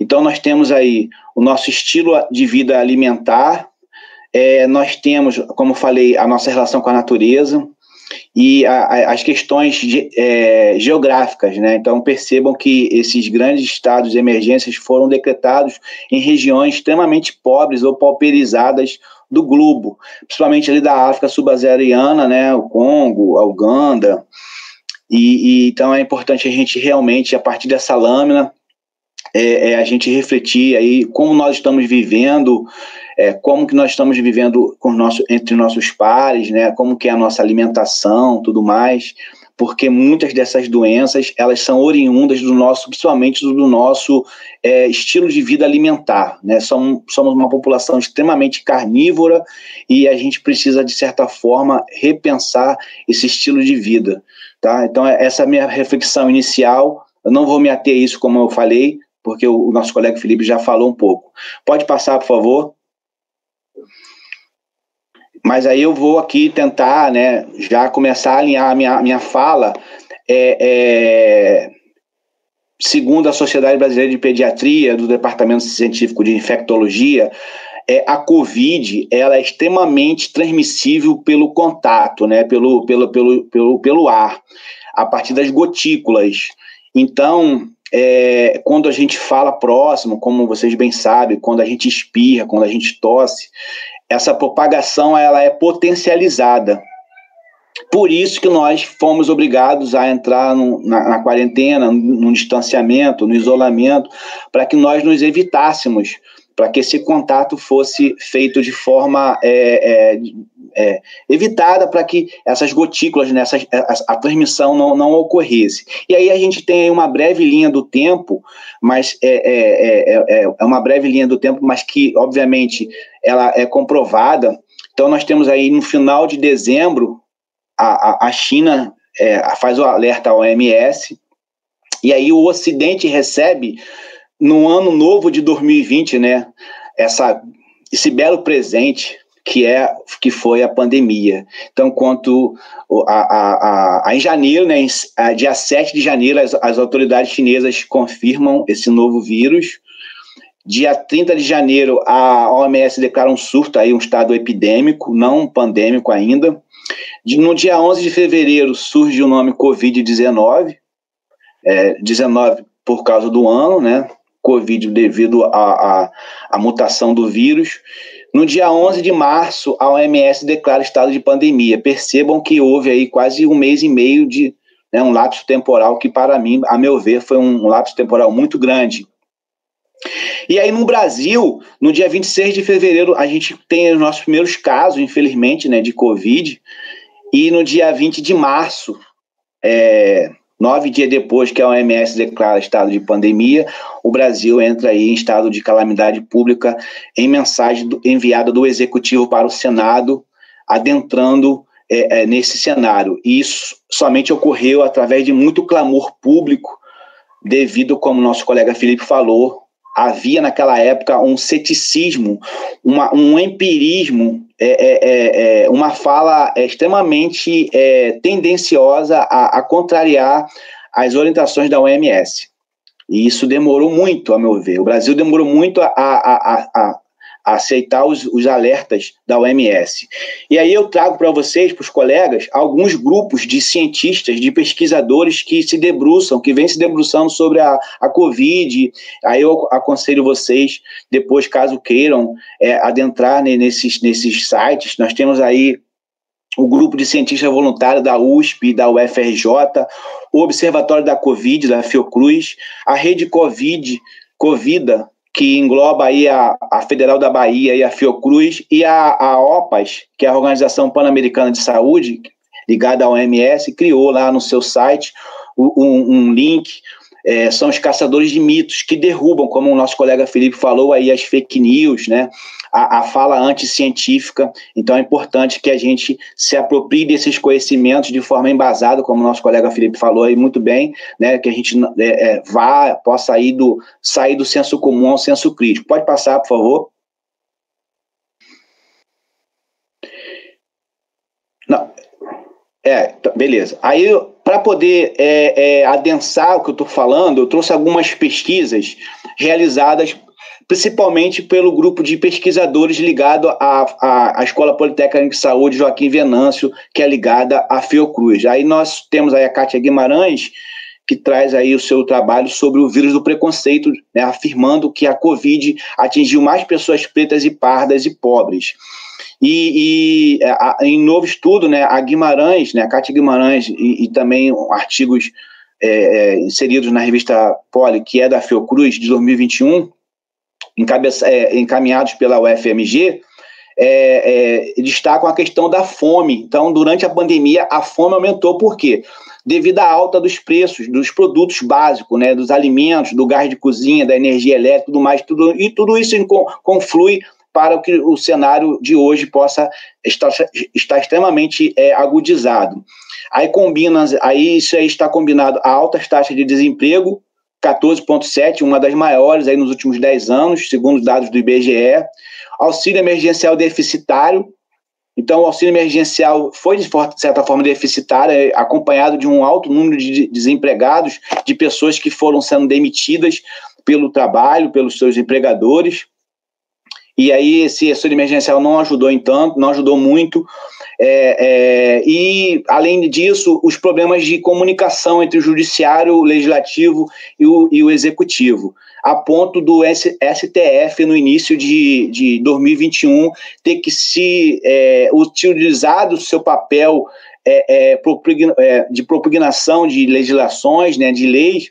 Aí o STF teve que entrar na jogada e aí autorizou os estados e os municípios brasileiros a comprarem a vacina, porque somente aí nós começamos o processo de vacinação. Percebam que nós tivemos aí um atraso de quase 6 meses, comparado aos outros países da Europa, de começar o processo de vacinação. O STF teve que intervir e aí nós tivemos aí um processo de vacinação iniciado. E aí eu deixo aqui também aos colegas um valioso trabalho da revista Espaço e Economia, chamado Dossiê Covid-19, para que vocês possam compreender como que se deu o cenário, o contexto social, político, econômico, étnico-racial da Covid-19 ao redor do planeta. E aí o artigo do Melo traz aí a semelhança de atuação do Estado brasileiro com o Estado francês. Então é importante que a gente possa compreender como que ocorreram as ações nesses países da Europa, né, que a gente chama aí de países do eixo do capitalismo central. Aí nós tivemos o caso da português, o caso espanhol e o caso italiano. E aí percebam que do 1 ao 4, né, como são países da União Europeia, esses estudos, quase todos eles convergem para a ação tanto quanto eficaz do Estado, uma colaboração social, uma colaboração da sociedade como um todo, e aí eu destaco que em todos esses artigos, ou em quase todos esses artigos, a junção colaborativa da iniciativa privada. Então, aqui no Brasil, ao contrário, enquanto a iniciativa privada, ou grande parte da iniciativa privada, só se preocupava em aumentar os seus lucros, né, aumentar os seus ganhos, e aí nós temos aí um número grande de milionários e bilionários que surgiram durante a pandemia. Nesses países da Europa, a iniciativa privada, os empresários, os grandes empresários, eles entraram num acordo nacional com o Estado, né, com seus estados e em conjunto com a sociedade. De certa forma, eles conseguiram diminuir aí as mortes de Covid. E isso aí é corroborado pelo estudo do Barbosa, né? Não sou eu, é outro Barbosa, que eu também tenho Barbosa no meu nome, e o Barbosa e o Frigoto, eles destacam essa questão, né? Que a Covid foi muito agressiva nas favelas, nas periferias, e ao encontro disso, o Frigoto ele destaca a questão do cinismo, né, de grande parte do empresariado brasileiro a partir da política criada, né, da proposta criada do Brasil Não Pode Parar. E aí essa junção, esse viés economicista propugnado, né, da vida em detrimento da economia, contribuiu para que o negacionismo avançasse e aí os números de mortes fossem aumentando cada vez mais, colocando na economia a centralidade da vida humana. A meu ver, um grande equívoco. E, por fim, o estudo da Lígia Madeira, da questão ela traz a questão das políticas públicas que eu vou apresentar na próxima lâmina. Pode passar. Tércio, pode passar, por favor. E aí a gente entra nos aspectos deontológicos do ensino remoto, porque o ensino remoto ele não surgiu de um vazio imaginário, não veio do além e caiu no nosso colo para que a gente possa trabalhar. E o Estado brasileiro, né, aí, à luz do artigo 205 e 206 da Constituição Federal, à luz do artigo 2º da LDB, da garantia do acesso à educação como direito subjetivo, o Estado teve que se pronunciar, mesmo que tardiamente. A gente vai ver aqui agora. Então, a Madeira, ela diz o seguinte, e aí eu compartilho com a produção dela, o ensino remoto, ou o ensino... que é diferente da educação à distância. A educação à distância é uma modalidade regida por lei. O ensino remoto é uma forma excepcional de oferta da educação, e isso é uma política pública engendrada pelo Estado, né? Que Estado é esse? O Estado brasileiro. Aí a gente tem, em junho, o Ministério da Educação solta essa portaria que abrange aí a sua rede federal, da qual eu faço parte, mas que reverbera nos estados e municípios. Então, muitos estados e municípios já foram se organizando, né, e a partir da decretação do estado de pandemia, mas o Estado brasileiro, né, o Ministério da Educação e o Conselho Nacional de Educação precisavam oficializar, sistematizar essa atividade. A meu ver, foi feito esse trabalho de forma muito tardia, somente em junho e em julho, e eu vejo aí uma ineficácia da ação do poder público nessa matéria. Mas mesmo assim, tivemos, né, tínhamos que ter e tivemos, e aí os estados e os municípios meio que ficaram reféns dessa ação do Ministério da Educação, que foi de forma muito tardia, mas aí ocorreu.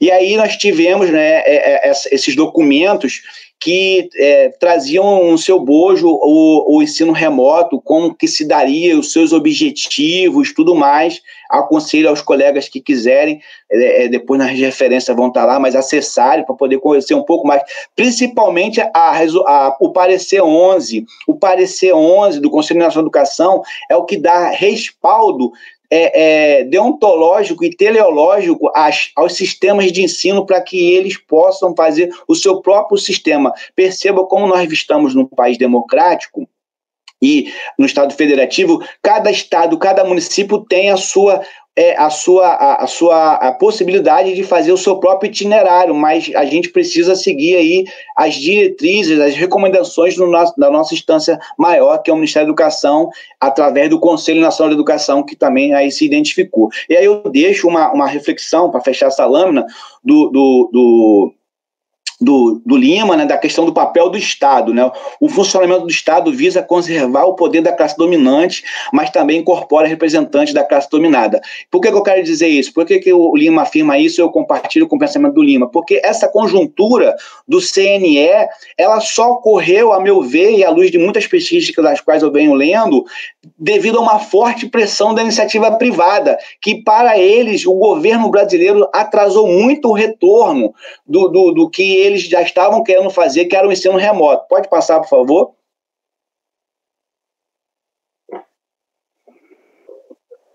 Pode adiantar, Tércio? E aí a gente tem aí, em continuidade, né, os desafios e possibilidades do ensino remoto. E o Gomes, né, num artigo de 2018, na revista de Educação Pública, ele elenca aí algumas premissas que dificultam e facilitam a aprendizagem, porque isso aí vai reverberar no ensino remoto de certa forma.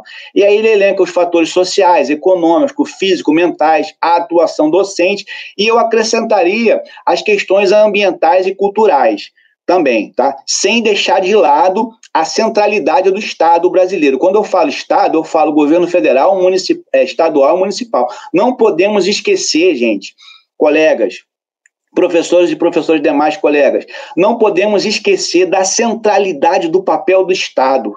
Tá? Nós não estamos numa monarquia, nós não estamos num regime ditatorial, nós estamos num sistema democrático, onde cada ente federativo possui o seu papel estabelecido por lei, pela Constituição Federal. Então, o Estado tem um papel de centralidade nessa conjuntura. Obviamente, nós também temos os nossos papéis. Aí nós temos aí o ensino remoto, na verdade, como um caráter excepcional,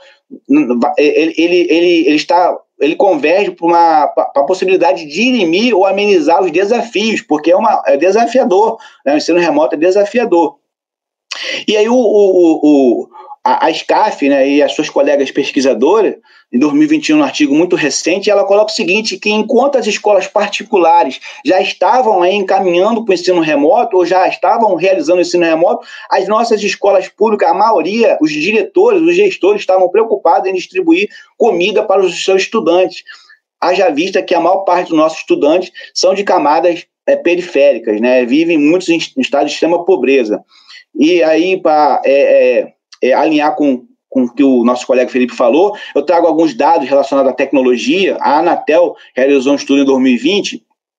Segundo esse dado da Anatel, nós temos aí 232 milhões de celulares no Brasil.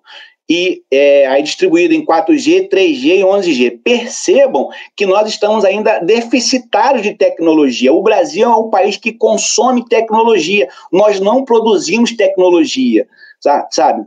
Nós ocupamos uma posição no cenário do capitalismo onde nós somos consumidores de tecnologia, tá? Então, ter o celular não quer dizer que eu sou tecnológico, né? Agora, produzir aquele celular, produzir aquele chip é uma questão de tecnologia.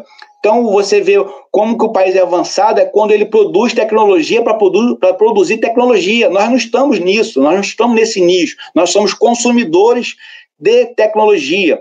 E tecnologia é deficitária. Enquanto muitos países do eixo central do capitalismo já estão na 5G, nós estamos mal na 4G. Percebam que tem ali na 2G, na 3G, que é extremamente deficitário. E aí, em conjunto, 35 milhões de pessoas possuem acesso à internet. É muito pouco. É muito pouco. Você vai em países da Europa, sem querer aqui guardar as especificidades, é quase 100% de acesso à internet. E aí nós temos também a problemática da internet, que vocês vão ver depois, nas escolas públicas. Um importante estudo que foi realizado no final de 2019, publicado em maio de 2020, é isso aí, ó. É o Centro Regional de Estudos para o Desenvolvimento da Sociedade da Informação, ligado à Unesco. O que eles fizeram? Fizeram um estudo, 23.490 domicílios e 23.536 pessoas responderam esse questionário. 20 milhões o que eles constataram? Que 20 milhões de pessoas não têm acesso à internet, 66 acesso pelo notebook, 41 pelo computador de mesa e 33 pelo tablet. Muito pouco. Por que eu estou falando isso? Marcelo, por que você está falando isso? Porque essa conjuntura, essas partes, essas particularidades vão confluir na totalidade. Pode passar? Mais alguns dados, né? Aí nós temos aí a PNAD contínua de 2019, que é do IBGE. O IBGE realiza essa pesquisa.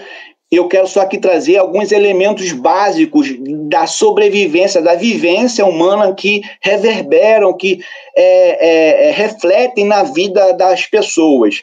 Nós temos aí 99% de pessoas possuem energia elétrica, 85% possuem água tratada, 68% possuem estrutura sanitária, recolhimento de esgoto, né, e resíduos, e 84% possuem coleta de lixo domiciliar. Pô, Marcelo, mas por que esses dados? Porque esses dados precisam ser considerados quando a gente fala sobre educação, quando a gente fala sobre ensino remoto, quando a gente fala sobre home office, correto? Então, essa conjuntura, nós precisamos compreender, nós precisamos visitar os dados para a gente poder compreender. Tudo bem que os dados não falam por si só, mas precisamos compreendê-los para que a gente possa, de forma reflexiva, construir a nossa praxe.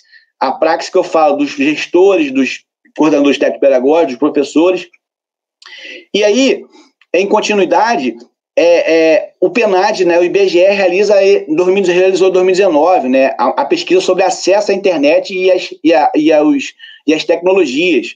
Pessoal, 96% das pessoas, né, de um grupo de 72 milhões possuem televisão. E vocês percebam que ainda há um número muito baixo de pessoas que possuem os recursos tecnológicos, tablet, microcomputador, aquele de mesa, e o próprio notebook. Por quê? Porque por causa do desemprego, do empobrecimento da população, da alta do dólar, que esses produtos, a maior parte são importados, tudo mais. E aí vocês veem que a discrepância, os dados para mim, mais discrepantes, está relacionado à questão do acesso à internet nos domicílios. 86% da população, né, desses 72 milhões, somente tem acesso à internet na área urbana, e 55,6% tem acesso à internet na área rural ou do campo, que eu prefiro mais a expressão do campo. Como que vamos falar sobre ensino remoto, inclusão, tudo mais, retorno híbrido, tudo mais, nessas escolas do campo? Então, são pontos que precisamos refletir com muito carinho. Valorizo a boa vontade, valorizo aí o engendramento ético-político, mas são os dados, são as situações materiais que caracterizam a efetividade da educação. E aí, para fechar essa questão dos dados, eu coloquei aqui, segundo a PNAD, a questão do acesso à internet. Então, nós temos aí falta de interesse em acessar a internet, serviço de acesso à internet caro, e nenhum morador sabia usar a internet. Olha só, olha os dados, segundo a PNAD, mostram o seguinte: uma exclusão digital e a exclusão digital dada pela não prática de uso, e a questão socioeconômica que impede que as pessoas tenham acesso à internet. Então, são dados materiais que nós precisamos realmente utilizar como um ponto de reflexão. Pode passar, por favor. E, fechando essa questão, não quero me alongar muito nesses dados, né, que são muitos dados, né, são muitos materiais que eu queria trazer para apresentar para vocês, para os colegas. Mais uma vez aí, dando continuidade, né, aos dados da PNAD sobre acesso à internet e tecnologia. O celular continua sendo o primeiro como recurso tecnológico, o microcomputador, a televisão e o tablet lá pouquinho. Então, são dados que são preocupantes, e a gente precisa ter isso aí como um norte para alinhar o nosso trabalho. E aí, fechando essa parte dos dados, o INEP, agora o Censo Escolar de 2020, tem o seu resumo técnico, o seu caderno de resumo técnico, colocou isso aí, que a discrepância que há entre as unidades de educação infantil da rede pública e privada, né, os dados estão postos, a fragilidade do ensino fundamental da rede pública em relação à infraestrutura,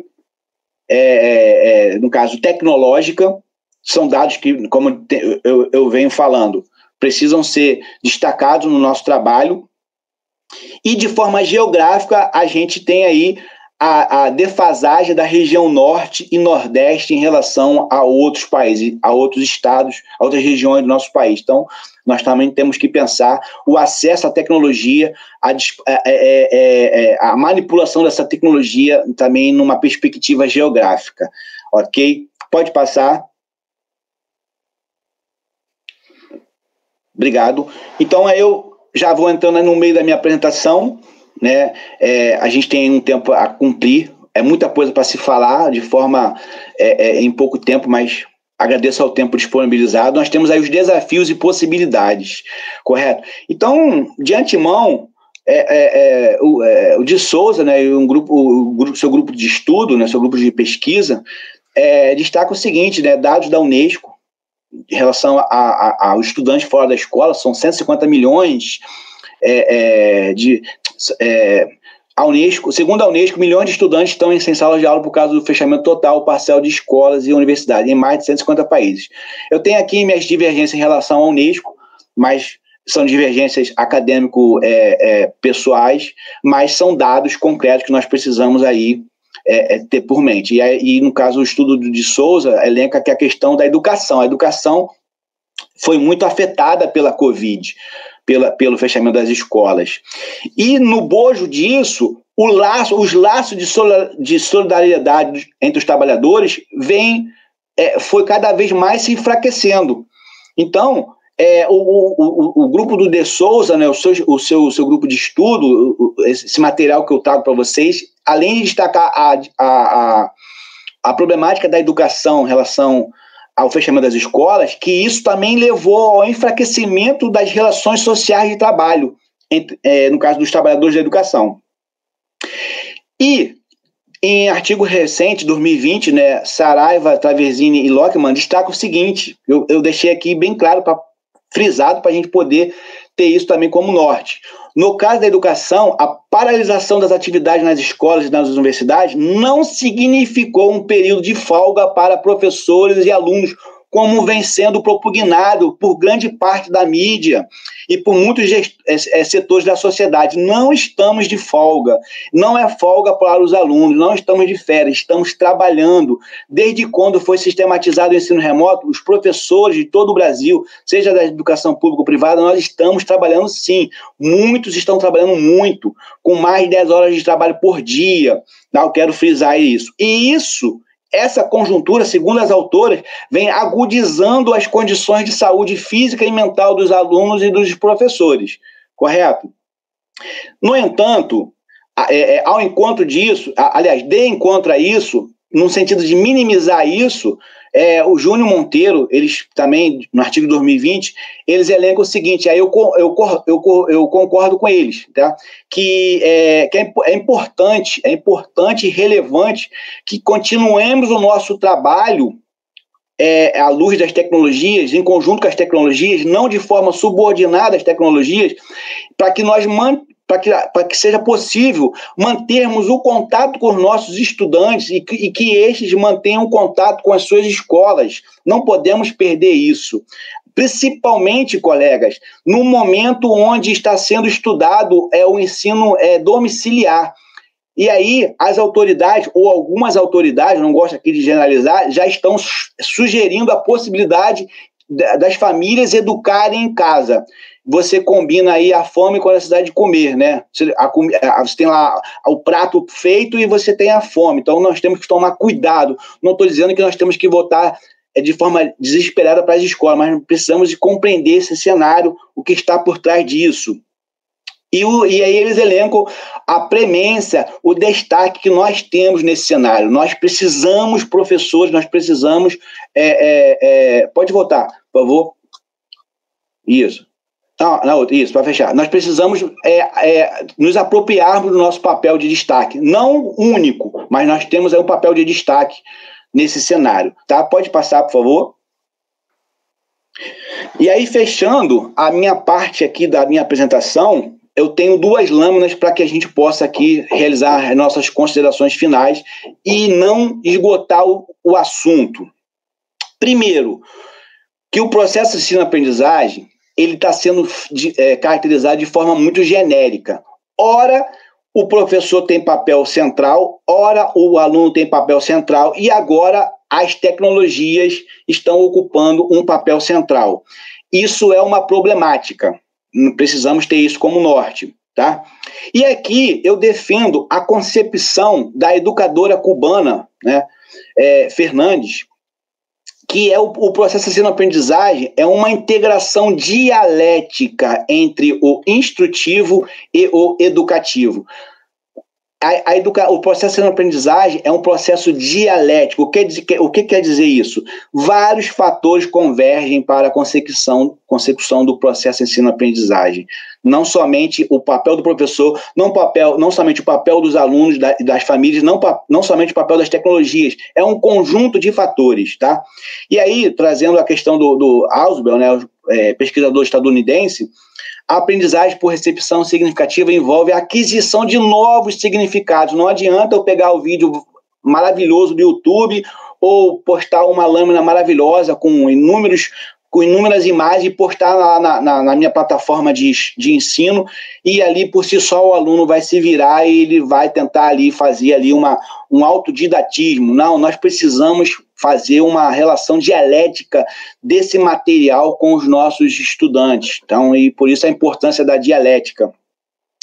No bojo disso, nós temos o fracasso escolar. Por que eu trouxe esse tema fracasso escolar? Porque já está sendo ventilado em muitas mídias o fracasso da educação.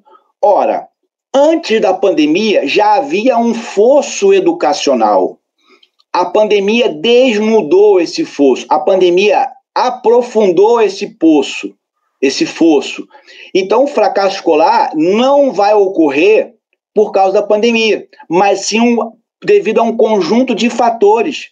Por isso que eu trouxe essa questão do fracasso escolar, para que a gente tenha isso em mente, para que a gente não jogue sobre nós, sobre os nossos gestores, a possibilidade de um fracasso, seja por retorno híbrido, seja por retorno 100% presencial, tá? E aí, fechando essa parte, o Júnior Monteiro destaca a questão das tecnologias da informação da comunicação. Eu sou veementemente contrário a essa concepção de novo normal. Não há novo normal com quase 560 mil mortes. Tá? Como o colega falou, é uma anormalidade, é uma aberração quem coaduna com esse pensamento do novo normal. Obviamente, nós vamos voltar, quando voltarmos, aí cada sistema vai ver o que é melhor para o seu retorno presencial ou híbrido. Eu, por exemplo, estou trabalhando num sistema remoto, mas já há uma possibilidade do retorno híbrido a partir de novembro, mas tudo isso de forma com a questão sanitária, distanciamento e tudo mais, mas cada rede está vendo isso, de acordo com a sua especificidade. Tá? Então, as tecnologias elas vão ser importantes no processo de ensino-aprendizagem, elas vão ser importantes para a praxe docente, mas elas não vão se definir em si mesma. Não quer dizer que eu vou ser um bom professor, uma boa professora, porque eu adoto a tecnologia A, B, C ou D. Nós precisamos compreender a educação, né, a partir de uma totalidade, vindo a partir das partes. Tá? Então, a tecnologia é uma parte para o sucesso profissional. A tecnologia é uma parte que vai garantir uma aprendizagem significativa, profícua. Pode passar. E aí, eu acho que, se não me engano, essa é a minha última lâmina. Eu quero aqui fechar com os colegas. Como falei, não quero trazer nada pronto, mas trazer aí finalizar isso a partir de uma perspectiva teórica que, para mim, a meu ver, é a que responde, que me dá respostas para as problemáticas do mundo, que é o materialismo dialético, e também alguns pontos do pensamento do Paulo Freire. Né? Eu também tenho algumas divergências em relação ao Paulo Freire, mas o Paulo Freire, para mim, aí, como o colega Felipe falou, traz muitos elementos importantes à nossa prática, e é um autor que tem um pensamento atualíssimo, haja vista a polarização da sociedade atual, a manifestação da opressão em relação aos oprimidos. Então é importante a gente aí retornar aos estudos de Paulo Freire, e eu trago isso aqui, dentre outros elementos, eu trago o seguinte: que não há docência sem discência. Precisamos dos nossos alunos, precisamos manter contato com eles, virtualmente no caso agora, e presencial ou híbrido, se for o caso, tá? Da melhor forma possível, onde nós possamos estar em segurança e eles também estarem em segurança. Precisamos fazer isso. E ter em mente que as nossas carreiras, enquanto servidores públicos, haja vista a reforma administrativa do Estado que está sendo encabeçada, a ideia final é eliminar o serviço público de forma tácita e ali colocar nos meandros, né, as terceirizações, as quarteirizações, e aos poucos encerra-se a questão dos concursos públicos, e a gente aí vai ter uma educação pública sendo ofertada por seletistas, que também não vejo nenhum problema, mas precisamos garantir a nossa carreira, a nossa profissão como um todo, não de forma corporativista, não de enfrentamento com as secretarias de educação, com os nossos supervisores, mas de forma dialética e dialógica, como Paulo Freire sempre afirmava, o diálogo é a base de tudo, correto? Então aí não há docência sem discência, precisamos ter rigorosidade metódica e pesquisa, como o colega falou, Felipe, precisamos pesquisar, professor é pesquisador, professor é pesquisadora, é uma profissão que se pesquisa, tá? Respeito aos saberes dos educandos, dos discentes, criticidade, estética e ética, compromisso ético-político, tá? Nós precisamos aí ter vigilância epistemológica, rechaçar, rebater as fake news, as falsas verdades e pesquisar, buscar em artigos científicos, buscar em teses, em dissertações, nas plataformas dos pesquisadores da Fiocruz, da FBA da Bahia. São esses locais que vão nos dar subsídios teórico-metodológicos para nosso trabalho. E ensinar não é transferir conhecimento, seja de forma virtual ou forma presencial. Exige bom senso, senso crítico, humildade epistemológica. O que quer dizer isso? Que não sabemos tudo e nem vamos saber. Temos que correr daqueles que dizem que sabem tudo. E hoje a realidade é o seguinte: todo mundo é um especialista. Os blogueiros estão aí, os youtubers, os influencers. Esse pessoal acha ou acredita que sabe, ele pensa que sabe tudo. E eles são especialistas em tudo e dissertam sobre tudo.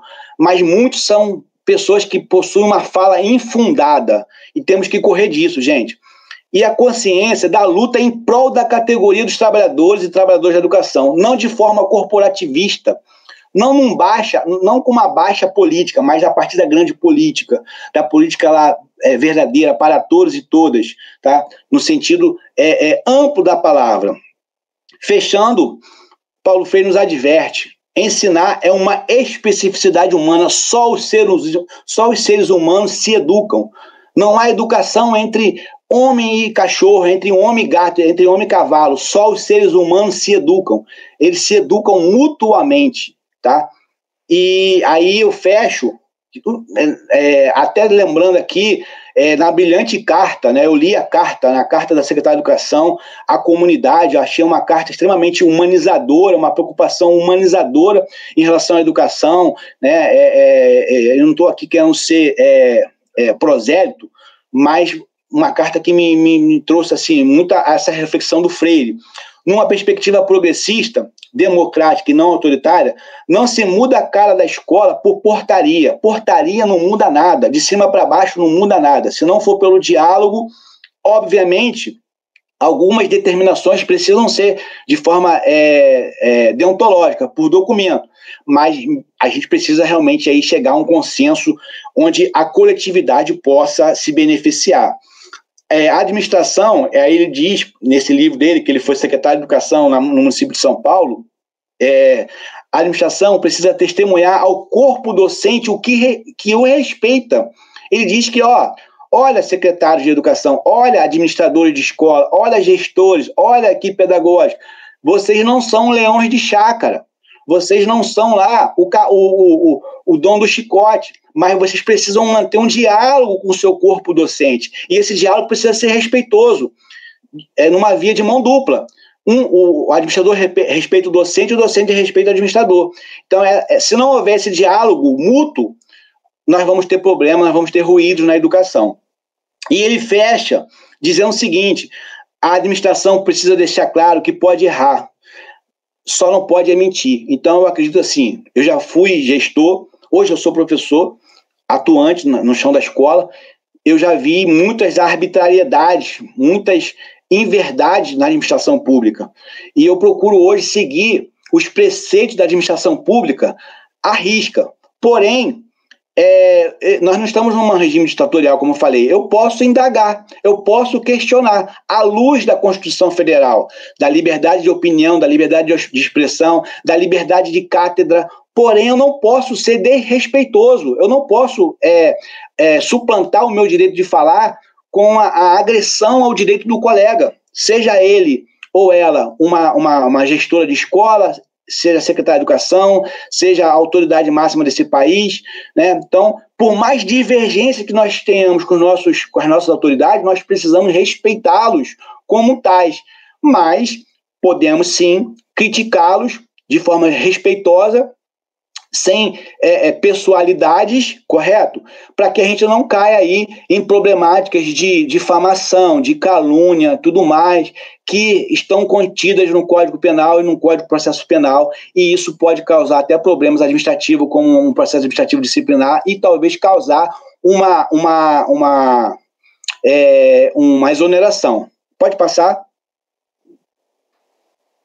Pode passar. São as referências aí. Pode. E aí eu quero fechar com essa minha lâmina final, agradecer a todos e todas pela atenção, agradecer a Paula aí pela oportunidade, pela Glenda, pela própria secretária que falou no início aí, muito obrigado pelo convite. E eu quero deixar essa frase, para mim é uma frase emblemática, né? Que nós precisamos realmente ser fortes, que sejamos fortes, mas sem perder a ternura. O que está acontecendo é que estamos perdendo a ternura, estamos perdendo a leveza, estamos constantemente afrontando uns aos outros, estamos sempre prontos à crítica pela crítica, da crítica. E muitas vezes nós não fundamentamos a nossa crítica. E isso é o grande problema. Esse é o grande problema que compromete a nossa vida pessoal, a nossa vida acadêmica, a nossa vida profissional. Tá, gente? Meu contato está aí, meu e-mail, meu telefone é o WhatsApp.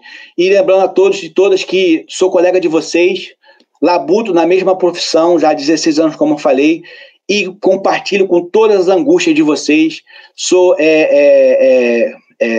aqui extremamente atencioso aos anseios que vocês aí estão compartilhando, e eu quero deixar aqui um forte abraço para vocês e sucesso no retorno, seja ele presencial, seja híbrido, e que vocês possam se cuidar e seguir os preceitos da ciência. A ciência, a partir da Revolução Industrial, a partir da Idade Moderna, ela está aí em prol da humanidade.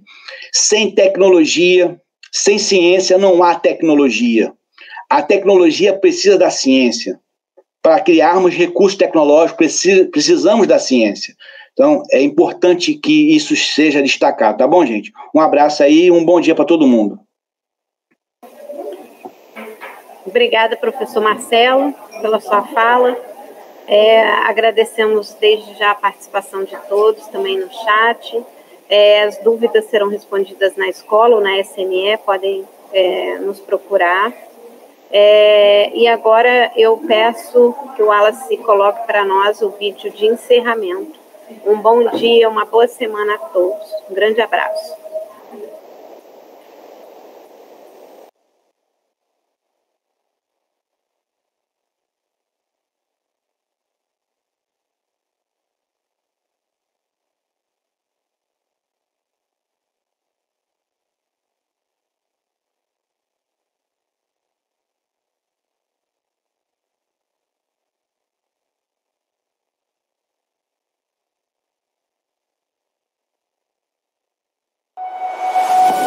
Bom dia, piraienses.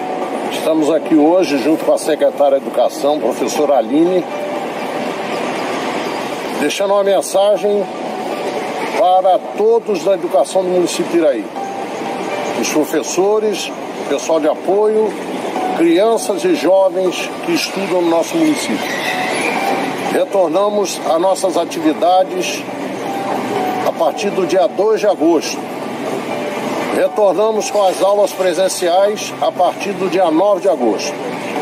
Isso tudo foi possível devido ao planejamento, o trabalho feito da Secretaria de Educação do município junto com a Secretaria de Saúde do município de Iraí, onde foi montado um protocolo para que os professores, todos envolvidos na educação do município, os jovens e as crianças que estudam nas nossas escolas retornem e tenham tranquilidade e segurança para nós iniciarmos o nosso ano letivo realmente de fato.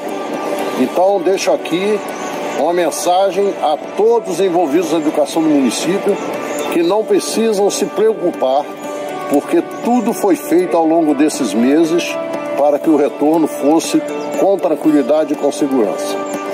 A partir do dia 9 de agosto, estaremos retornando com o 5º e 9º ano.